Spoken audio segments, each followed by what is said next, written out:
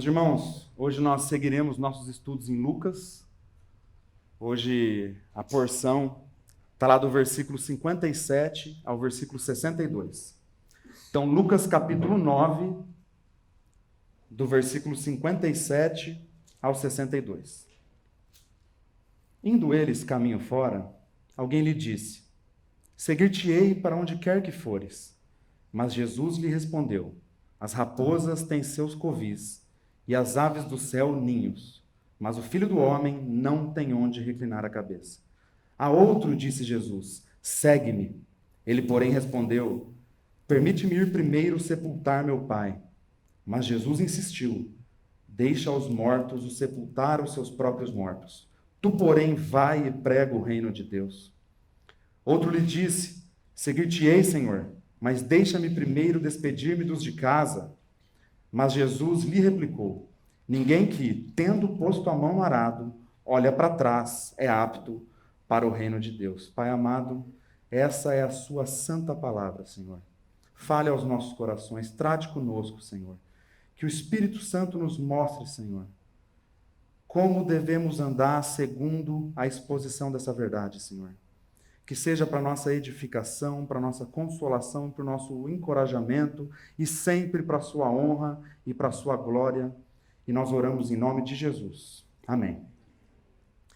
Meus irmãos, então, Jesus Cristo, ele está no seu ministério terreno, rumo à sua missão mais maravilhosa de nos reconciliar com ele naquela cruz.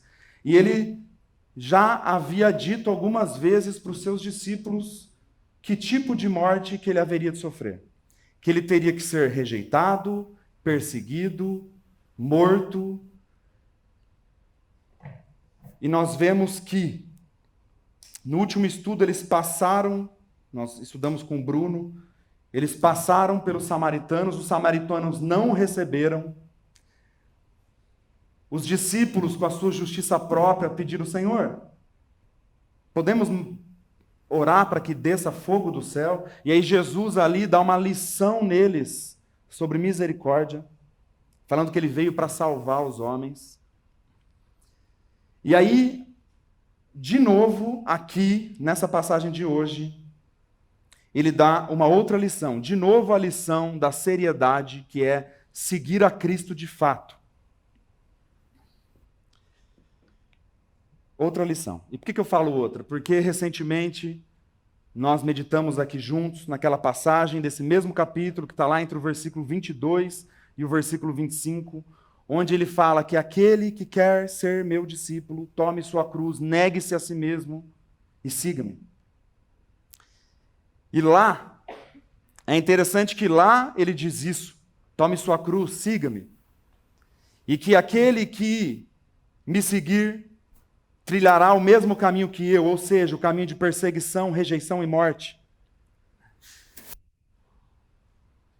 Então ali ele estava preparando os seus discípulos. E aí no versículo 51 do capítulo 9, ele fala que ele tem uma intrépida resolução. O que é isso? Ele tem um objetivo maior. Ele tem uma missão que ele não pode abrir mão. E aí depois, agora no nosso texto, ele faz uma prova com os discípulos. E é interessante que depois desse texto, o que acontece, meus irmãos, no capítulo 10? Ele envia os 70. Então ele começa ensinando qual é o que verdadeiramente é seguir a Cristo, o que é verdadeiramente ter misericórdia ali com os samaritanos. De novo ele fala e põe à prova os discípulos e as pessoas que queriam segui-lo. O que realmente, se você realmente está disposto a segui-lo. E aí, depois, pela graça de Deus, ele envia os 70, porque aí sim, esses estão aptos para pregar o evangelho o mundo afora. Nós temos visto no ministério de Jesus, muitas vezes, onde a palavra nos mostra sobre as multidões. E dentre a multidão, a grande maioria, afirmava e confessava com seus lábios de que queria seguir a Cristo, mas de fato não entendia isso. Não entendia a seriedade disso, de seguir a Cristo. E isso nos lembra os dias de hoje. Muitas pessoas que se dizem cristãs, muitas pessoas que se dizem evangélicas, muitas pessoas, assim como eu, antes de conhecer o Senhor, antes do Senhor me alcançar, eu me dizia um cristão, mas eu não conhecia Cristo. Eu não seguia Ele de fato. Eu era um desses que o Senhor tirou da lama. Então nós vemos que muitas pessoas hoje se dizem filhas de Deus, mas de fato não são. Então é nada novo debaixo do sol, né, meus irmãos? E isso me fez lembrar um versículo que está lá em Tito, capítulo 1, versículo 16, que diz: no tocante a Deus, professam conhecê-lo, entretanto o negam por suas obras. Por isso são abomináveis, desobedientes e reprovados. Assim era as multidões no tempo de Jesus, e assim é as multidões nos dias de hoje, em sua grande maioria. E aqui nós vemos agora o relato de 3 pessoas que se ofereceram para seguir a Cristo, ali a partir do versículo 57. E nós vamos ver a resposta que Jesus Cristo deu a cada uma delas. Meus irmãos, só gostaria de fazer uma ressalva, uma observação aqui antes. Eu não vou entrar no mérito se essas pessoas se arrependeram ou não. Se elas acataram a lição que foi dada a elas por Jesus ou não. Porque nós veremos que uma dessas pessoas, o Senhor o chama pessoalmente. E depois o Senhor o convoca a ir pregar o reino de Deus. Então tem uma forte tendência que esse cara entendeu a mensagem. A princípio não, mas se arrependeu após. Mas é apenas uma suposição. Nós não podemos entrar nessas questões. Isso aí é com o Senhor. Isso é com o Senhor. Qual é o mais importante desse texto? É a lição que Jesus dá para nós aqui e que nós aplicamos para as nossas vidas. Então, a partir do versículo 57 ali, a palavra de Deus diz assim: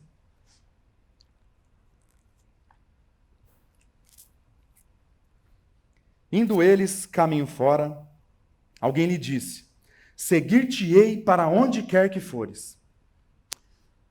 Meus irmãos, recentemente nós tivemos a profissão de fé lá na nossa igreja. E é muito legal você participar e você ir lá ver os irmãos confessando com seus lábios que Jesus Cristo é o Senhor. Isso é maravilhoso. E é interessante que tem algumas pessoas, alguns irmãos, algumas irmãs que são mais tímidos. Então, falam tranquilinho, quietinho, mas confessam a Cristo. E aí nós vemos que tem outros que são mais entusiasmados, mais efusivos, e falam de todo o coração, e rasgam o coração lá, e aí se você não tomar o microfone, vai embora. Agora, esse cara aqui, do versículo 57, ele era um dos mais efusivos. E ele faz uma promessa aqui para Jesus, muito forte. Seguir-te-ei, Senhor, onde quer que fores. Meus irmãos, essa aqui é uma promessa que um pecador caído, destituído da glória de Deus, não tem condições de fazer. A palavra de Deus diz que todos pecaram e destituídos estão da glória de Deus. Não há quem entenda, não há quem busque a Deus. Então, pecadores não estão na posição de fazer uma promessa dessa ao Rei dos Reis. Nós não temos condições de cumprir uma promessa dessa. É só pela graça de Deus, pela misericórdia de Deus e pelo Santo Espírito de Deus que habita em nós e nos chama de fato. Porque nós não temos condições. E esse cara, ele fez uma promessa que não cabe a nós. Porque se depender de nós, meus irmãos, nós abandonamos o Senhor na primeira tribulação. Na primeira dificuldade, se depender da nossa carne, se depender dos nossos pecados, na primeira oportunidade a gente pula fora. E esse cara fez uma promessa muito ousada para o Senhor. E é interessante que nós vemos num relato paralelo de Mateus relatando esse mesmo acontecimento. Ele coloca uma informação interessante. Mateus capítulo 8, versículo 19. Interessante o que ele coloca aqui. Ele coloca que esse homem aqui era um escriba. Lucas não escreve isso. Mas Mateus escreve que esse cara era um escriba. Como eram os escribas, na sua grande maioria, no tempo de Jesus? Eles eram endurecidos, com o Senhor Jesus, eles rejeitavam o Senhor Jesus, eles eram hostis com o Senhor Jesus. Agora, esse escriba aqui, ele foi correndo para Jesus, eu vou te seguir onde quer que for, que interessante isso, né? E talvez Lucas não colocou essa informação aqui, por quê? Porque nós sabemos que o público-alvo de Lucas eram os gregos, eram os gentios. Então talvez Lucas não fez questão de colocar que esse homem era um escriba para mostrar para o seu público-alvo, que eram os gregos, que essa lição não vale só para os judeus, mas vale também para os gentios. E Mateus, quando escreve o seu evangelho, o evangelho de Jesus, segundo Mateus, ele escreve para os judeus. E ele fez questão de colocar que esse cara era um escriba, ou seja, um cara super reconhecido entre os fariseus e os judeus. E que isso não bastava para Jesus. Então o problema em si não estava só nessa promessa que aparentemente foi precipitada, essa promessa que ele fez para Jesus. O maior problema aqui, aparentemente, era a sua motivação. Esse cara, ele afirmava querer seguir Jesus para onde quer que fores, mas, olhando para o texto, parece que ele queria talvez uma vantagem, um benefício, talvez ser reconhecido como um escriba mais renomado, alguma coisa nesse sentido. Porque nós veremos qual foi a resposta de Jesus. Porque Jesus, ele vem, ele joga um balde de água fria na promessa do cara. Ele joga uma pá de cal. O que Jesus responde ali no versículo 58? Jesus lhe respondeu: as raposas têm seus covis e as aves do céu ninhos, mas o Filho do Homem não tem onde reclinar a cabeça. Ah, você vai me seguir? Você está disposto a me seguir? Você está achando que você vai ter algum benefício terreno? Alguma vantagem? Algum renome? Alguma glória? O Filho do Homem não tem onde reclinar a cabeça. As raposas têm suas tocas, as aves têm seus ninhos. Agora, o meu mundo não é esse mundo. Eu não sou daqui. Eu não tenho onde encostar minha cabeça aqui, nesse mundo. E nós vemos que Jesus, aquele que é o autor da vida, aquele que é um com o Pai, aquele que é o Rei dos Reis, o nome que está acima de todo nome, ele nasceu numa manjedoura. Será que alguém aqui em sã consciência colocaria um filho recém-nascido para dormir numa manjedoura? O Rei dos Reis, o Criador do universo, dormiu numa manjedoura quando era bebê. Então o Filho do Homem não tem onde reclinar a cabeça. Não tem. A morada dele não é desse mundo. Eu e a Dani está com quase 8 meses de gestação e a gente, dentro da nossa condição, nós estamos se esforçando para fazer um quartinho lá para a Sara, para a chegada da Sara, se o Senhor permitir. Sabe, fazer um bercinho legal, um conforto para a nossa filha. Mas eu gostaria de reforçar isso porque isso mexe muito comigo, quando eu lembro que o Senhor Jesus foi humilhado, foi rejeitado, dormiu numa manjedoura, meus irmãos. Tem hora que isso, a gente ouve tanto isso que já não mexe conosco, mas meus irmãos, que coisa séria isso, né? Então, o que Jesus está dizendo para esse homem? A consequência de você me seguir de fato, sabe qual que é? É renúncia, é morrer para si mesmo, é morrer para o pecado, é abandonar o seu pecado. Não é nenhum conforto dessa vida. Não vem achando que você vai me seguir, vai reclinar a cabeça nos melhores lugares. De maneira nenhuma, meus irmãos. E Jesus, ele tinha um testemunho no seu ministério. Por quê? Porque Jesus foi rejeitado em Nazaré, que é a cidade onde ele foi criado, nós estudamos isso lá em Lucas capítulo 4. Ele foi rejeitado em Samaria, nós vimos isso no estudo anterior.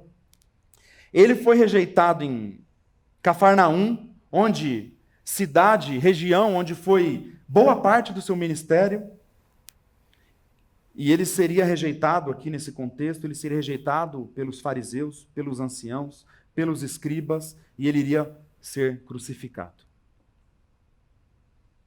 Então, será que os seguidores de Jesus estão dispostos a passar por trilhar esse caminho da cruz? Esse caminho de rejeição? Então, meus irmãos, isso aqui aconteceu muitos anos atrás.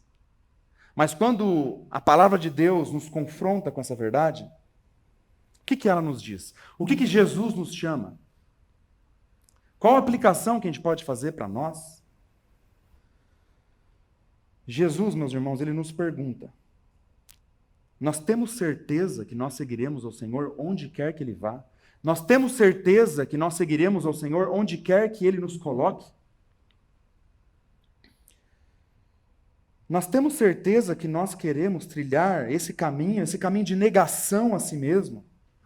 Qual a nossa motivação de estarmos aqui? Meu irmão, sonda seu coração. Qual que é a sua motivação para estar aqui hoje? É o Senhor Jesus? É o reino de Deus? Ou você veio aqui para tocar, você veio aqui para vai pro rolê?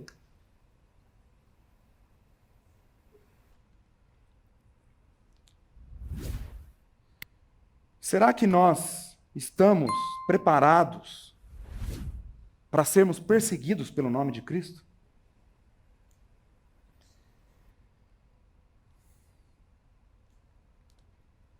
Será que nós estamos preparados para sermos chamados de loucos, de retrógrados, de medievais, enfim, o que o mundo fala hoje dos princípios cristãos, né?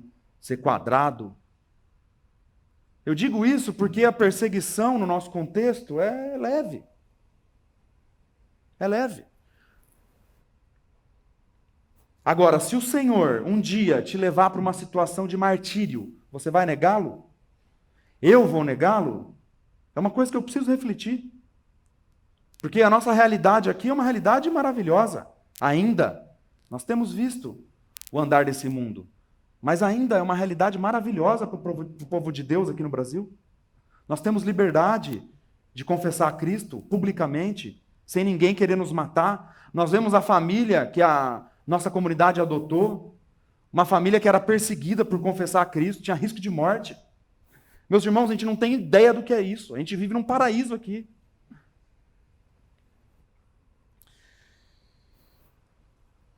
Então, meus irmãos, que a gente coloque de fato o joelho no chão e a boca no pó, para agradecer ao Senhor pela liberdade que nós temos aqui. Eu não vou ser hipócrita, falar, não, vamos orar por perseguição, de maneira nenhuma. Os apóstolos não nos ensinaram isso, eles nos ensinaram a gente orar por liberdade, pela misericórdia, não por perseguições. Mas agora, se as perseguições vierem de fato, nós estamos preparados para isso? Então, assim, nós não sofremos aquelas perseguições aqui no nosso país em relação a martírio, em relação a não deixarem você trabalhar, ok. Agora, a palavra de Deus diz categoricamente, isso é ensino dos apóstolos, porque eu já vi pessoas falando assim, quando é nos evangelhos, né? Não, isso aí era para os discípulos ali naquela época, no começo do ministério de Jesus, não vale mais para nós. Ensino dos apóstolos. O apóstolo Paulo diz a Timóteo: todos aqueles que querem viver piedosamente em Cristo Jesus serão perseguidos. Ele não diz assim, todos aqueles que querem viver piedosamente em Cristo Jesus, talvez, quem sabe, padecerão perseguições. Não. Ele diz, os que vivem piedosamente em Cristo Jesus serão perseguidos.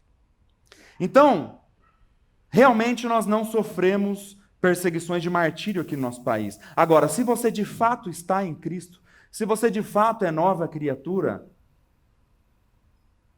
algum nível de perseguição, rejeição você tem que sofrer. Algum nível. De zombação, de rejeição, por conta da palavra de Deus, por conta da pregação genuína do Evangelho, porque tem pessoas por aí que dizem pregar o Evangelho, mas não pregam o Evangelho coisa nenhuma. Vão fazer bagunça na rua. Então, quando você fala para a pessoa que você é uma pecadora, você precisa se arrepender, há esperança em Cristo Jesus. Ele nos faz novas criaturas. Isso não é fácil de engolir, meus irmãos. Não é fácil de engolir para muita gente. Então, se você está muito confortável nesse mundo, muito confortável nesse mundo, muito adaptado a esse mundo, tem alguma coisa errada. Alguma coisa não está batendo, meu irmão. Sabe? Então que o Senhor trate conosco, que o Senhor trate comigo. Porque a nossa carne é assim, é uma vacilada, meus irmãos, nós estamos moldados ao mundo. Então que o Senhor tenha misericórdia de nós. Porque a palavra de Deus diz que nós somos, aqueles que estão em Cristo de fato, são peregrinos nesse mundo. Nós não somos mais peregrinos em relação à morada celestial, mas em relação a esse mundo nós somos peregrinos. Ou seja, de fato, os crentes verdadeiros, eles não têm onde reclinar a cabeça nesse mundo. Mas chegará o dia, meus irmãos. Porque um dos pontos principais do Evangelho é a esperança da glória.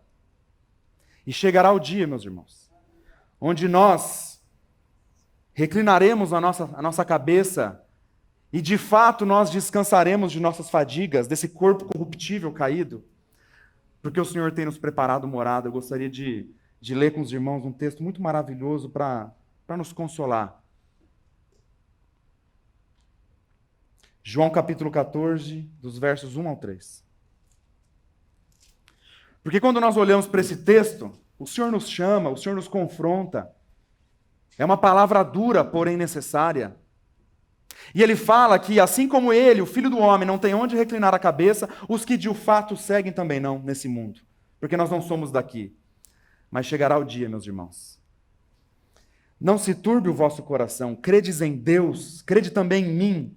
Na casa de meu pai há muitas moradas. Se assim não for, eu vou-lo teria dito, pois vou preparar-vos lugar. E quando eu for e vos preparar lugar, voltarei e vos receberei para mim mesmo, para que onde eu estou, estejai vós também. Meus irmãos, chegará o dia onde nós nos descansaremos de fato de nossas fadigas. Onde nós vamos reclinar nossa cabeça no Rei dos Reis. Que coisa maravilhosa, meus irmãos. A esperança do Evangelho é a coisa mais maravilhosa do mundo. Ó Senhor, tem misericórdia daqueles que não conhecem o Evangelho, Senhor. Tem misericórdia. O Senhor nos dará corpos glorificados e nós descansaremos desse corpo caído. Meus irmãos, então esse homem aqui, ele foi imprudente. A promessa que ele fez foi imprudente. Ele não refletiu sobre o que era de fato seguir o Messias, seguir o Filho de Deus, aquele que é um com o Pai. Ele não analisou, ele não entendeu.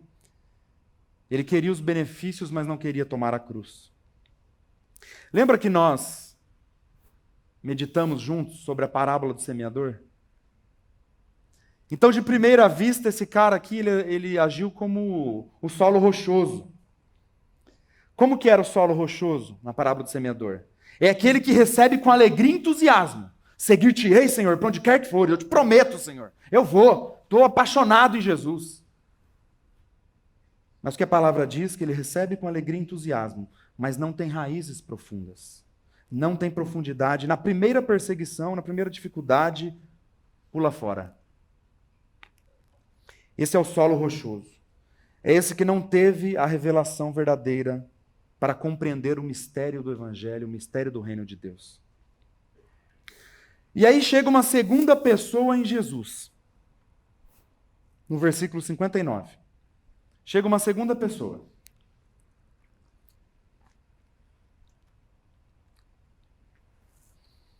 A outro disse Jesus: segue-me.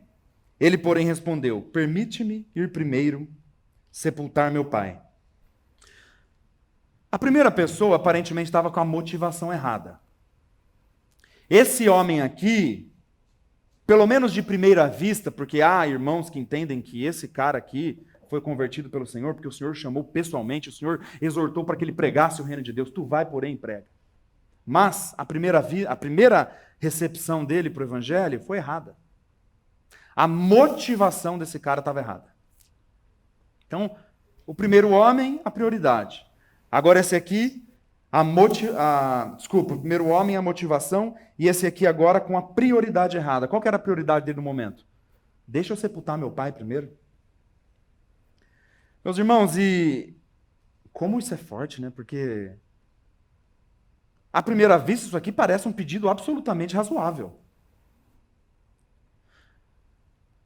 Entendendo que, na tradição judaica, o sepultamento era muito importante. Os judeus, diferentemente dos gregos, eles valorizavam o corpo. Né? Os gregos, eles tinham uma influência gnóstica muito grande e eles não valorizavam a parte material. Então eles achavam que tudo que era material, carnal, era ruim. Isso é o gnosticismo, né? E aí, os gregos não valorizavam o corpo, descartavam. Agora, os judeus valorizavam. Isso era a tradição judaica. Era dever do filho sepultar os pais. Era dever do filho. Então, esse pedido que ele fez para Jesus, a princípio, é absolutamente razoável. O que esse homem esperava que Jesus dissesse? Ele esperava que Jesus dissesse assim: olha só que homem honrado. Um homem que guarda as tradições judaicas. Olha só, ele quer sepultar o pai dele. Mas, meus irmãos, o chamado para seguir o Senhor Jesus Cristo, ele é tão alto e tão urgente, que até você sepultar o seu pai se torna insignificante no momento.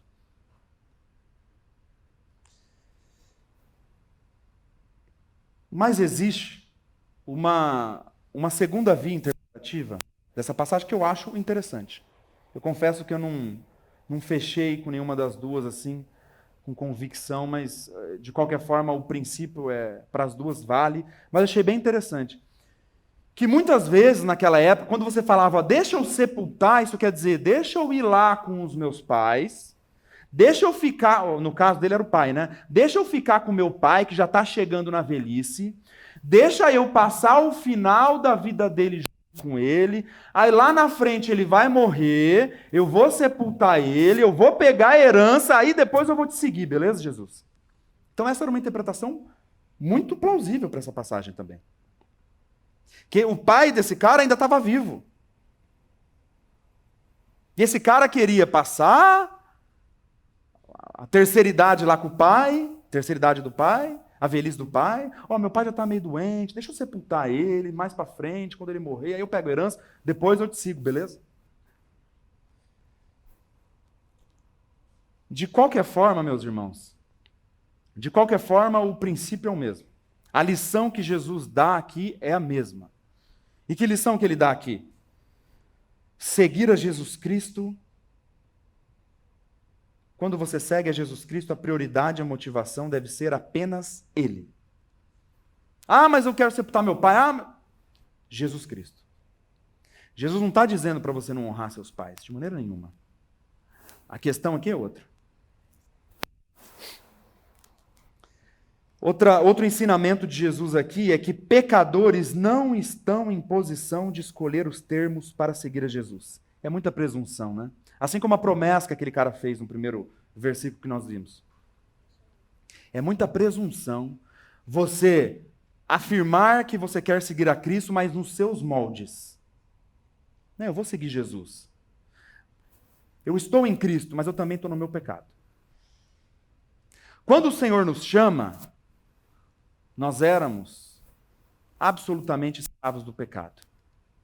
Mas a palavra de Deus diz que as coisas velhas já passaram, eis que tudo se fez novo. Ele troca o nosso coração, ele troca a nossa mente. Então, não existe isso de você escolher os termos ao seguir Jesus. Lembra do jovem rico? O jovem rico, ele afirmava querer seguir a Cristo, mas ele também queria seguir a riqueza como prioridade. Não harmoniza. A vida velha, a vida de Adão não harmoniza com a vida nova em Cristo. Não harmoniza. O evangelho não é um remendo. Ó, eu te coloquei na cruz, eu te ressuscitei, te dei uma nova vida, mas, assim, normal você continuar escravo das riquezas. Tranquilo, tá? Isso não existe, meus irmãos. Isso não existe. Eu ouvi um irmão falando esses dias, achei muito interessante. Tinha um cara lá na igreja que ele era muito, muito rico. E aí aconteceu um problema lá, ele perdeu todo o dinheiro dele. E aí ele chegou no pastor desesperado e falou: pastor, perdi todo o meu dinheiro, pastor. Nossa, e agora? Agora é só Deus mesmo, pastor. É só Deus. O pastor virou para ele e falou: meu irmão, eu vou orar, eu vou clamar para o Senhor para que a sua situação continue assim. Porque é só Deus mesmo. Não é Deus mais as riquezas. Só Deus na causa agora, hein? Só Deus na causa agora. Meu irmão, é só o Senhor sempre.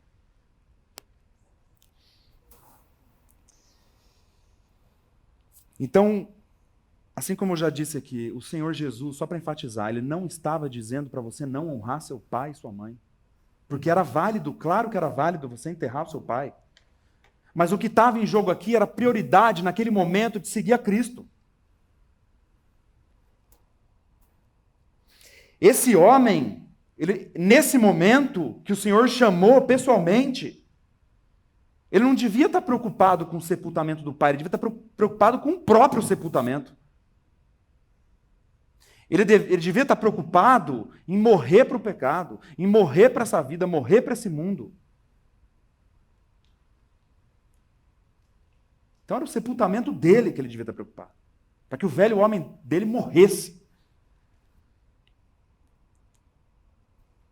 Porque qual que era o chamado de Jesus? Tome a sua cruz e siga-me. Então é uma figura de um sepultamento aqui, assim como o batismo.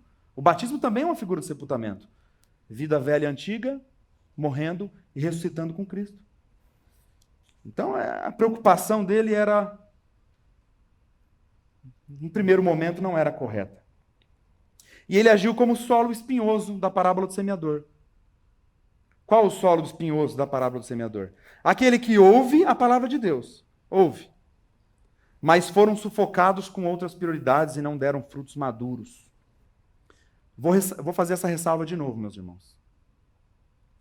Esse homem, diferentemente dos outros dois do texto de hoje, ele foi chamado pessoalmente por Jesus.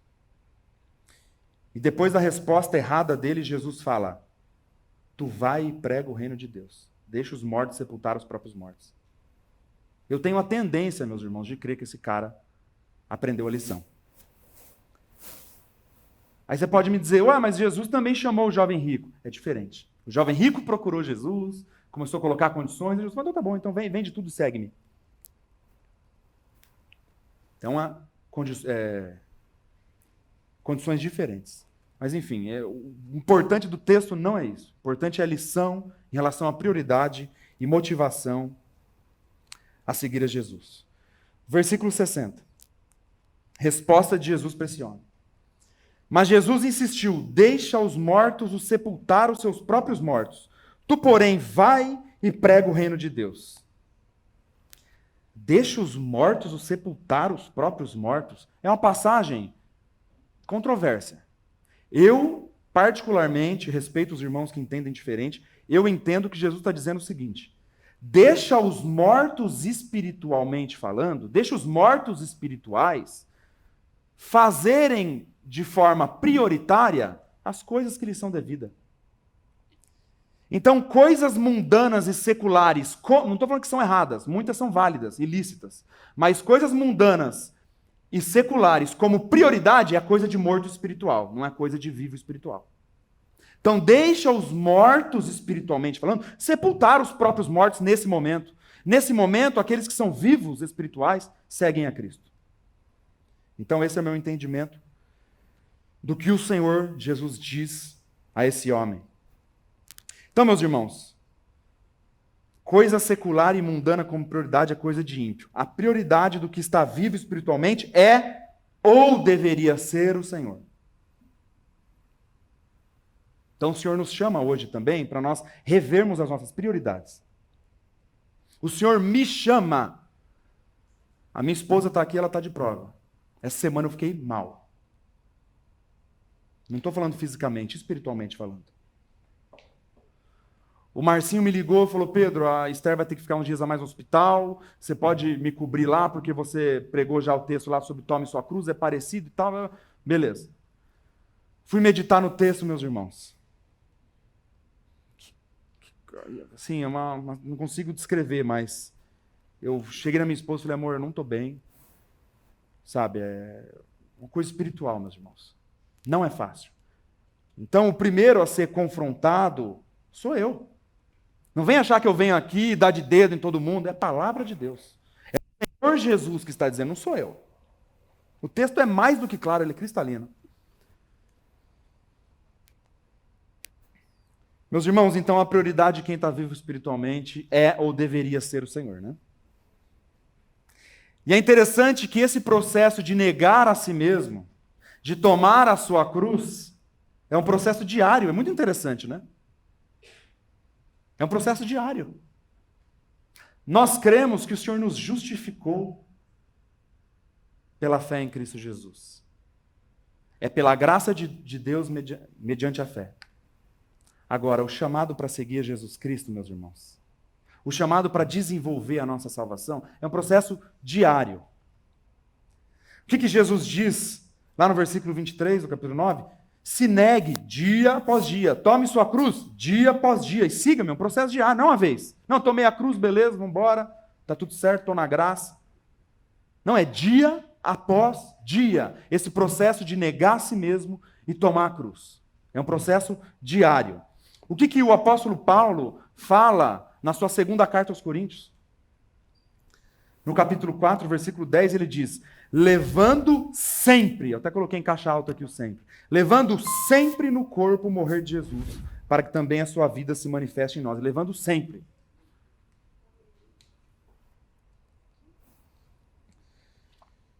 E aí vem um terceiro homem para Jesus, no versículo 61, do capítulo 9 de Lucas. Outro lhe disse, seguir-te-ei, Senhor, mas deixa-me primeiro despedir-me dos de casa. Meus irmãos, o princípio aqui é o mesmo. Qual é a prioridade? Prioridade. Qual é a motivação? E esse daqui, ele também parecia um pedido bem razoável. Senhor, eu vou te seguir, mas calma aí, deixa eu despedir lá do meu pai e da minha mãe. Meu Deus, eu vou te seguir para onde quer que fores e eu vou ficar sem ver meus pais, deixa eu lá. Então, de novo, parece um pedido bem razoável, né? Um pedido. E esse daqui ainda, diferentemente do outro, ia deixar a herança para trás, não esperar o pai morrer. Ia deixar a herança para trás e ia seguir. Só que se a gente for olhar para a tradição judaica e entender um pouquinho do contexto, a gente vai ver que geralmente, não sempre, mas geralmente as despedidas eram longas. Não era assim, eu vou lá dar um tchauzinho pro meu pai. Não, o negócio demorava. Podia demorar semanas, podia demorar meses a despedida. Então deixa eu lá curtir meus pais um pouquinho, uma despedidazinha de uns 6 mesezinhos. Aí eu te sigo, beleza? Então, meus irmãos, isso é interessante da gente ver. Mas mesmo que essa despedida fosse imediata, é só um beijinho lá, pai, mãe, mesmo que fosse assim, a lição é a mesma. A obediência a Cristo deve ser imediata e de todo o coração. Eu lembro quando eu era adolescente e eu jogava CS. É um jogo top, eu acho um jogo bem legal. Aí eu jogava CS na minha adolescência, e aí o meu pai vinha, falava, Pedro, tá na mesa, vem. O que eu fazia? Ô pai, deixa eu terminar o jogo aqui, depois eu vou. Vem, aí que eu falava, não, é jogo online, não dá para pausar. Era terrível. Isso já era uma demonstração de desobediência. Obediência adiada, até anotei aqui, ó, obediência adiada é igual a desobediência. Se você obedece de fato, você vai na hora. Não tem mas para o seu pai, não tem mas para Jesus. Não estou comparando aqui o pai com Jesus, pelo amor de Deus. Mas só para a gente entender essa figura. O pai que eu digo, o pai natural. Mas para ilustrar isso, que assim como o seu pai te chamava, se você relutava, ó pai, deixa eu terminar isso aqui, pai, deixa eu terminar o jogo, deixa eu terminar o jogo aqui, porque não dá para pausar, é desobediência, meus irmãos. Então, mesmo que essa despedida desse cara fosse rápida, A princípio, ele foi desobediente na sua promessa. Como que é quando Jesus, nos evangelhos, quando nós vemos Jesus fisicamente aqui nessa terra, chamando pecadores pessoalmente, o que acontece? Todos os exemplos que nós vemos. Esse pecador, ele larga tudo e vai correndo. Quando nós olhamos, por exemplo,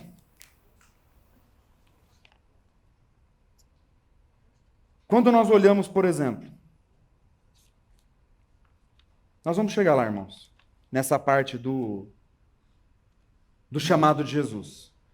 Eu estava me esquecendo de um detalhe interessante aqui. Que quando esse cara fala para Jesus, deixa-me primeiro despedir-me dos de casa, é interessante porque quem esteve semana passada lá na igreja, ouviu o sermão do Bruno, e Jesus ele vinha fazendo comparações com o ministério de Elias. E aqui é mais uma comparação com o ministério de Elias. Existe uma passagem que está lá em 1º livro dos Reis, capítulo 19, versículo 20. 1º livro dos Reis, capítulo 19, versículo 20. Aqui, Eliseu, ele faz exatamente esse pedido para Elias. Ele diz assim, ó, então deixou estes bois, correu após Elias e disse, deixa-me beijar a meu pai e minha mãe, e então te seguirei. Elias respondeu-lhe, vai e volta, pois já sabes o que fiz contigo. Interessante, né? Jesus ele vem fazendo essas comparações do ministério de Elias. A questão lá de descer fogo do céu, que os discípulos pediram. Agora, esse cara falando que queria se despedir dos pais, e Eliseu fez a mesma coisa com Elias. E aparentemente, meus irmãos, o pedido de Eliseu foi válido, foi lícito. Tanto que Elias liberou. Vai, mas volta rapidinho. Agora, existe duas coisas aqui muito importantes. Primeira, a missão e o chamado de Jesus, ele era muito, mas muito maior que o de Elias. Elias foi um grande profeta de Deus, mas o chamado de Jesus era muito maior, não tem comparação. O segundo ponto importante, quando a gente vê essa comparação de Elias, Eliseu, com esse cara aqui, com Jesus. A diferença de Elias para Jesus é que Jesus sonda o íntimo dos corações. E Jesus, ele sabia da motivação desse cara que queria se despedir primeiro da família antes de segui-lo. Então, o Senhor sonda os corações, ele conhece os corações. Então, o Senhor ele sabia a intenção desse homem. Provavelmente, meus irmãos, existia uma questão familiar, um laço familiar mais profundo aqui envolvido, que poderia impedir ele de seguir a Jesus. Porque Jesus sabia que se esse cara voltasse para casa, provavelmente ele não saía mais de lá.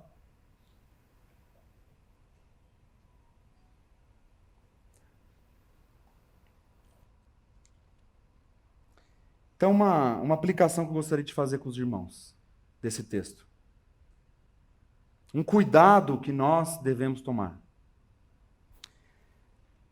Todos nós somos tentados a colocar os familiares acima do Senhor. Todos nós. E muitas vezes são desculpas bonitas. Olha, minha mãe está acamada.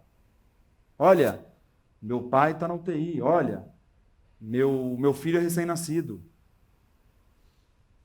Mas a gente corre o perigo e a tentação de colocar os nossos familiares acima do Senhor como prioridade.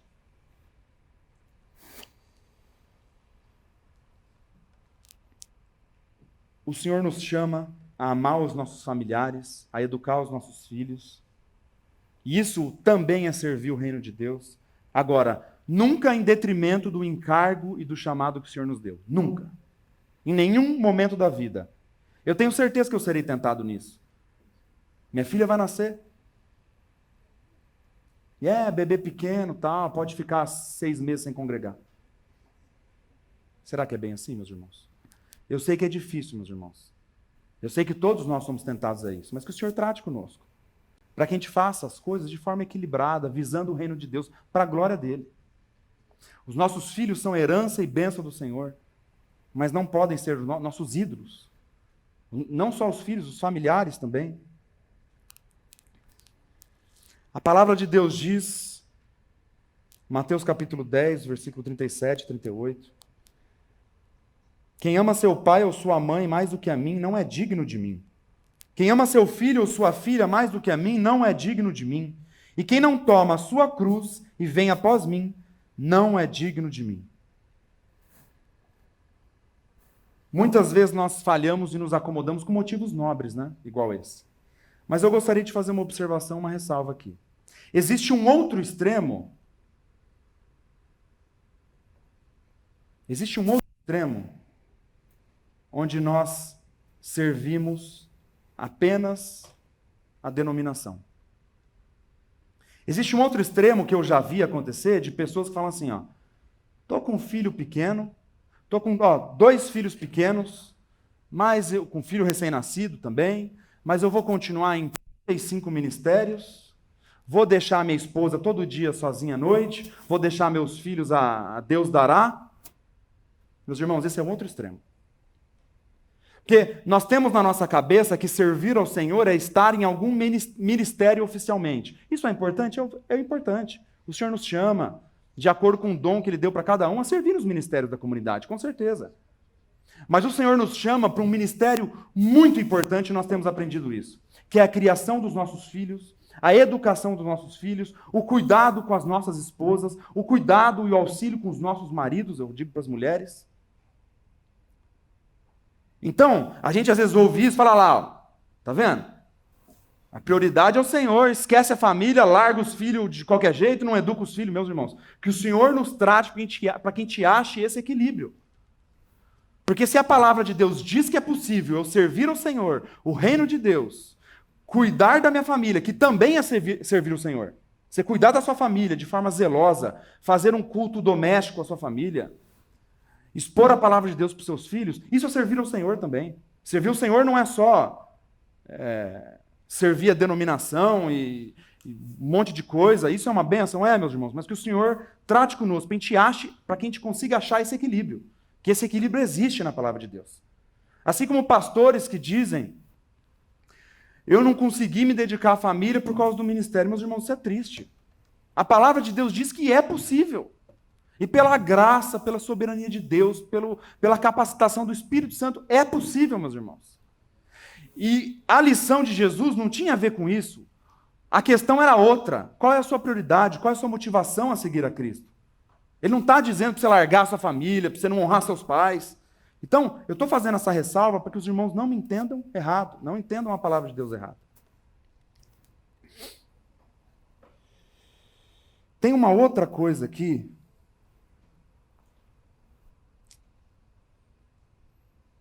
que é interessante. Talvez alguns aqui se identifiquem em relação a esse texto. Que é o seguinte.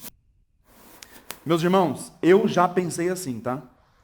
Quando eu não era convertido, quando eu era um ímpio perdido, eu pensava assim.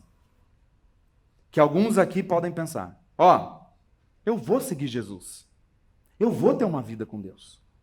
Que já falei que é uma promessa que um pecador não tem condição de fazer, mas alguns podem pensar, eu vou seguir Jesus, mas amanhã, mas outro dia, deixa eu curtir a minha vida um pouquinho, deixa eu casar daqui uns anos, daí depois eu começo a ir para a igreja, né? A gente vê as pessoas falando isso. Aí eu me acerto com Deus. Deixa eu despedir-me dos de casa, deixa eu sepultar o meu pai.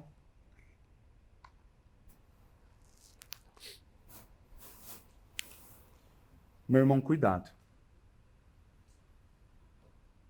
Cuidado.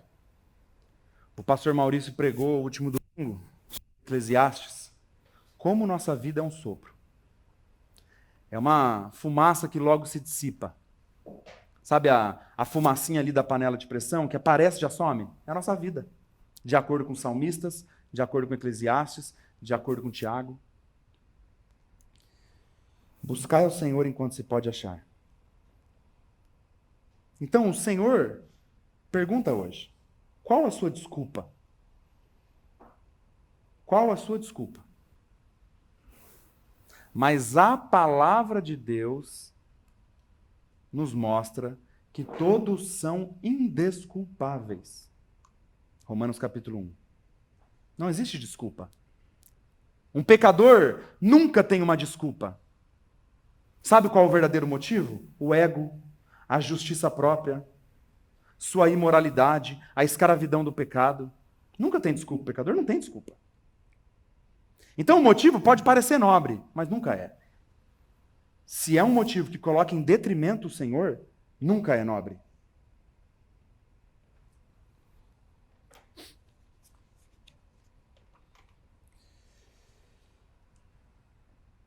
Lembra dos discípulos, meus irmãos? Aqueles que foram chamados pessoalmente por Jesus. E eles tinham as suas falhas. Nós vemos que até a ressurreição de Cristo, eles não entendiam muitas coisas de fato. Tinham suas falhas. Mas quando Jesus chamou Pedro e André, o que eles fizeram? A palavra de Deus diz que eles largaram as redes e o seguiram. Quando Jesus chamou Levi, chamou Mateus, que era um coletor de impostos, o que ele fez? Ele não chegou e falou assim: calma aí, deixa eu coletar uns impostos aqui, deixa eu acertar um negocinho aqui. Pedro e André não fizeram assim também. Deixa eu tirar os peixes da rede, levar para a feira, vender, fazer dinheiro, depois eu te sigo. Não. Se largaram as redes, Mateus largou o seu emprego e foi seguir Jesus. Então esse é o chamado eficaz, maravilhoso do nosso Senhor. Que todos nós aqui confessamos que um dia o Senhor nos alcançou. Com esse chamado.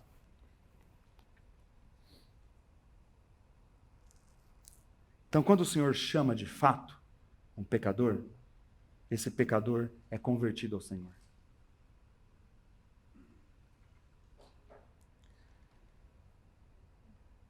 Meus irmãos, antes que você pense que a vida cristã é horrível, eu falei isso aquele dia que a gente pregou o texto sobre o Tome Sua Cruz. Palavras de Jesus também. Antes que você pense que a vida cristã é uma vida de martírio, de rejeição, de perseguição, e que de fato o Senhor Jesus nos fala isso. Meu irmão, não tem coisa mais maravilhosa do que a vida em Cristo Jesus. Não tem coisa mais maravilhosa, meus irmãos. Quando eu lembro de onde o Senhor me tirou, que eu era escravo dos meus pecados, o Senhor me tirou da lama, me arrancou de lá. Quando nós lembramos que nós estávamos condenados, mas o Senhor, pela sua graça, pela sua misericórdia, meus irmãos, que coisa maravilhosa é nós vivermos nesse mundo caído que vai passar, assim como nossa vida, com a esperança da vida eterna e da morada celestial com o nosso Deus. Então a vida cristã é maravilhosa. Não tem coisa melhor. E nós somos livres da escravidão do pecado. Nossa, Pedro, mas é renúncia, privações, rejeição. O que é isso? Você não é livre? Muito pelo contrário, nós somos livres em Cristo Jesus. Não mais escravos do pecado, mas agora livres pela graça de Deus.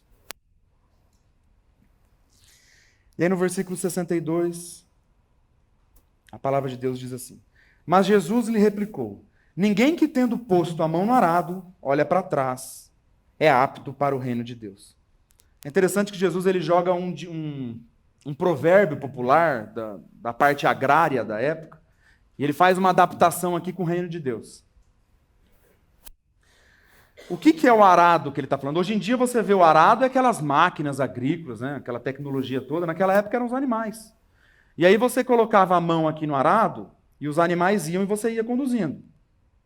Retinho. Agora, se você olhasse para trás, o arado entortava tudo. E aí o que acontecia? A terra deixava de ser apta para receber a semente e dar frutos. Então o Senhor ele faz essa comparação com essa figura com o reino de Deus. Com seguir a Cristo. Com a pregação do Evangelho. O Senhor nos chama a olhar para frente, a olhar para Ele. Com o Senhor é assim, meus irmãos. Nós cremos que o Senhor vai perseverar todo aquele que Ele chamou. Agora, toda vez que nós tiramos o olho do arado, vai entortar a nossa vida. Vai entortar. E aí o Senhor tem que colocar a gente no arado de novo. Ele tem que pegar e tratar conosco. Então com o Senhor é assim também, assim como o arado. O apóstolo Paulo aos Filipenses, ele diz assim: irmãos, quanto a mim, não julgo havê-lo alcançado, mas uma coisa faço, esquecendo-me das coisas que para trás ficam e avançando para as que diante de mim estão, prossigo para o alvo, para o prêmio da soberana vocação de Deus em Cristo Jesus. É para frente, meu irmão. Não olha para trás. As coisas velhas já passaram. Aqueles que começaram verdadeiramente na obra de Deus, pela graça de Deus, pelo chamado eficaz de Jesus, perseveram nele, olhando para frente, sem entortar o arado. O Senhor nos coloca no prumo de volta, nos coloca no prumo dele, né? Mas é difícil, meus irmãos. O pecado nos tenta, nós tropeçamos, nós somos falhos, nós caímos. Mas o Senhor, pela graça de Deus, pela força e pela divindade do Espírito Santo, Ele nos capacita pela graça dele. Muito interessante, porque não é fácil, meus irmãos. Não é fácil essa vida nesse mundo, nós não temos onde reclinar nossas cabeças de fato. Eu vejo todos os jovens, adolescentes, é uma luta, meus irmãos, é uma tentação, não é? A luta contra o pecado é difícil, né? Não é fácil.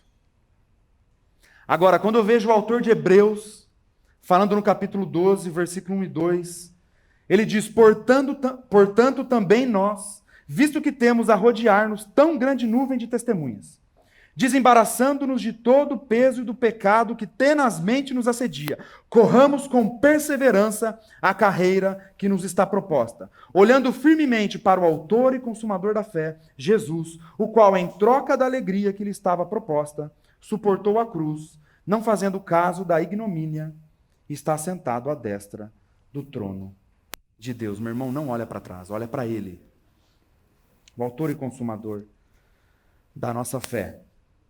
Porque nós somos tentados, meus irmãos, todos nós, a olhar para a vida velha, a olhar para a nossa vida antes da nossa conversão.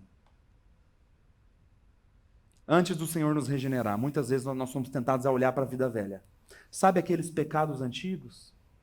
Que nós éramos escravos? O Senhor, esse mundo, nos tenta a olhar para a vida antiga, para a vida velha. Aquela tentação terrível de pecados antigos. Assim como os israelitas que foram tirados do Egito, mas eram tentados dia a dia a olhar para as coisas do Egito, olhar para trás e o arado entortava. A gente viu isso no Antigo Testamento. A esposa de Ló em Sodoma que olha para trás e vira uma estátua de sal.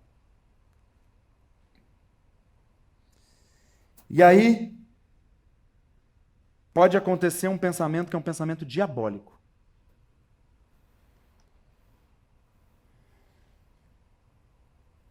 Pensamento diabólico. Sabe qual pensamento diabólico que é? Que é o seguinte: eu vou curtir esse pecado só mais um pouquinho. Eu vou curtir isso aqui só mais um pouquinho. Depois eu me acerto com o Senhor. Eu vou curtir esse pecado da vida velha e depois eu sigo a Cristo.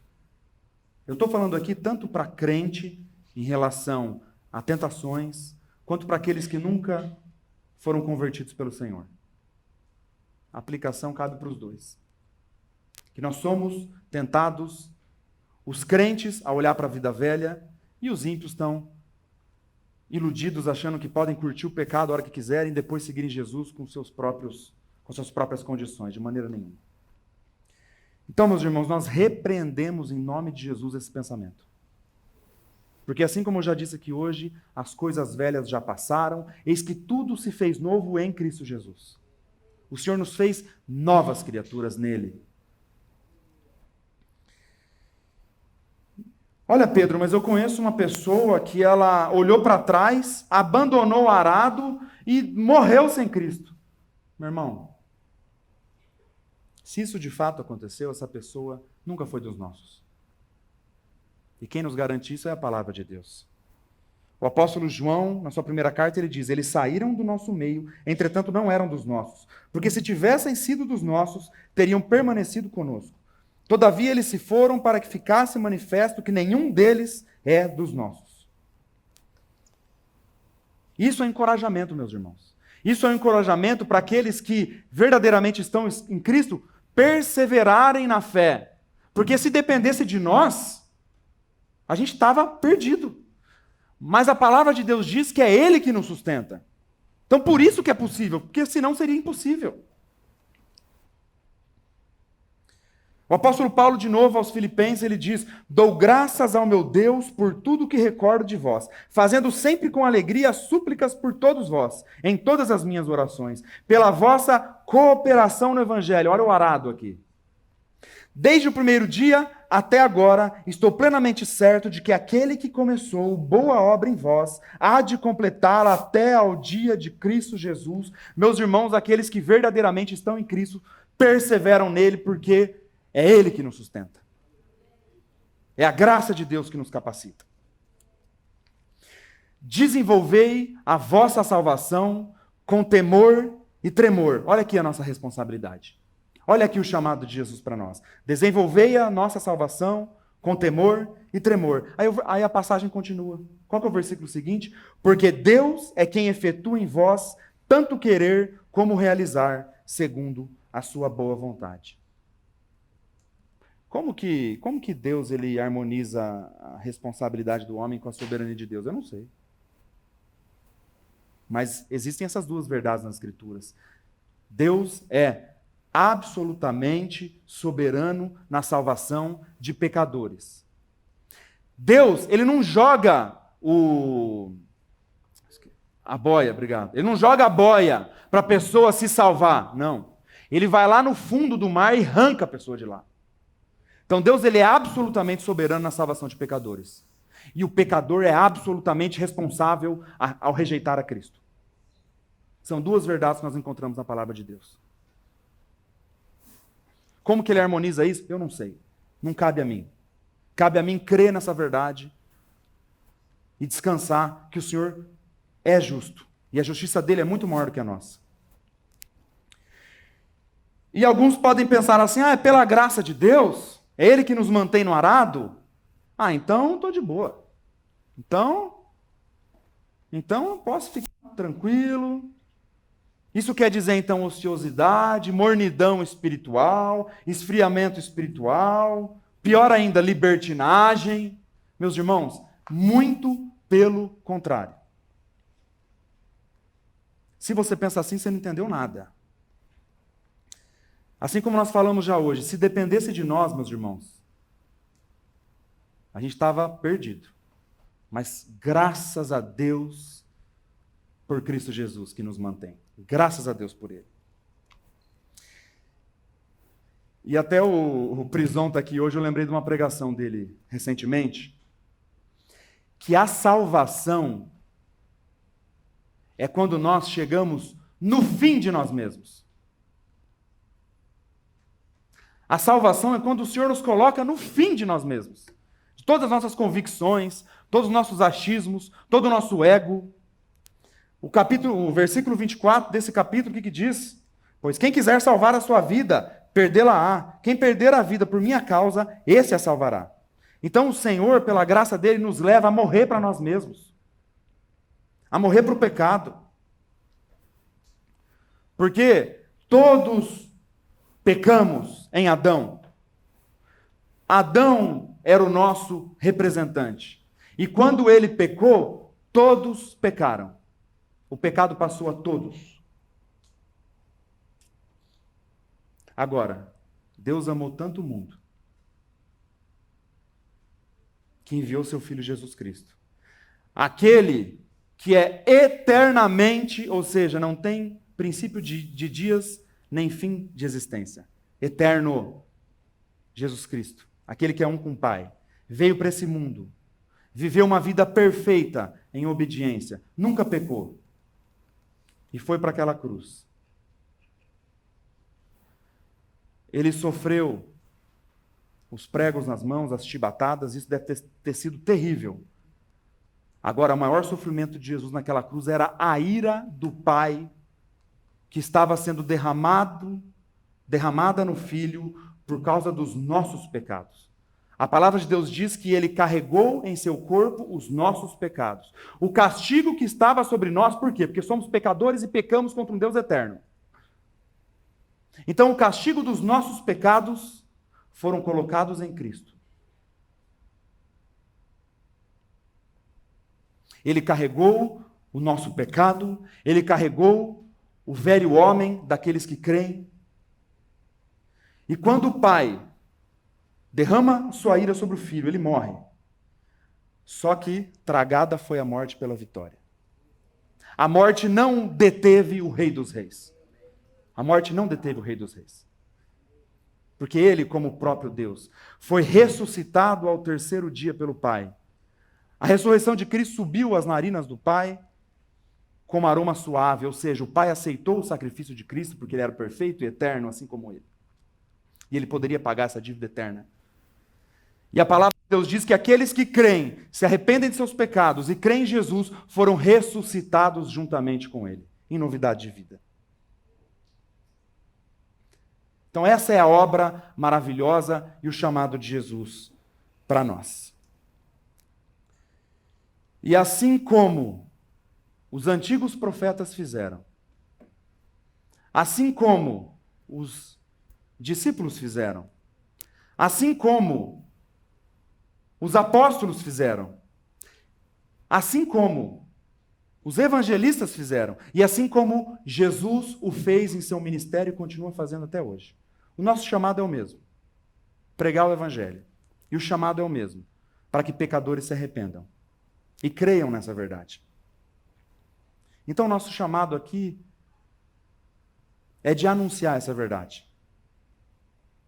Se você não crê em Jesus Cristo como seu Senhor e Salvador, creia nessa verdade.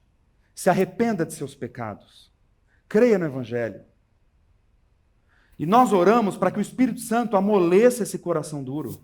Porque é Ele que convence corações, não somos nós.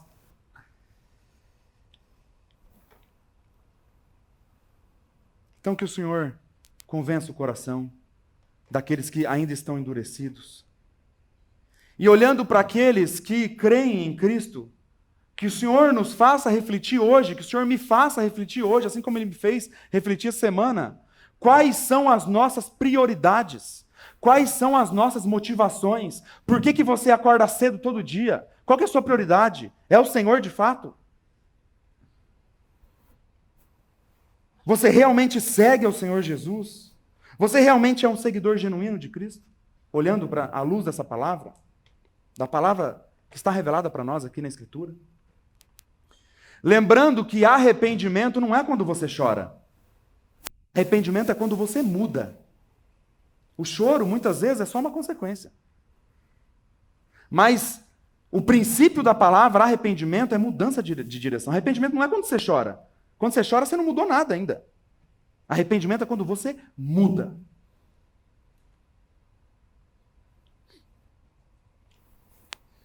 Meus irmãos, então nós teremos mais um tempo de louvor, que muito maravilhoso. O Senhor tem feito maravilhas em nosso meio. E se você está disposto, pela graça de Deus, de realmente, Senhor, me faça, Senhor, entender que o Senhor é minha prioridade, o Senhor é minha motivação. Então cante de todo o coração, em espírito e em verdade. Agora, se for para você vir aqui, cantar, levantar a mão, fazer uma cena aqui, sair daqui e não mudar nada, a palavra não mexeu em nada com você, melhor você nem cantar. De verdade, meus irmãos, de verdade. Porque o Senhor sabe, o Senhor sonda os corações, Ele sabe. Nós não sabemos, eu não sei, mas o Senhor sabe. Então que o Senhor trate conosco. Meus irmãos, para a gente finalizar, eu gostaria de finalizar essa palavra não com as minhas palavras, mas com palavras de Jesus. Então eu gostaria que a gente abrisse o último texto para a gente finalizar, Lucas capítulo 14, dos versículos 26 ao 33. Lucas 14, dos versículos 26 a 33, para a gente finalizar, palavras de Jesus para nós.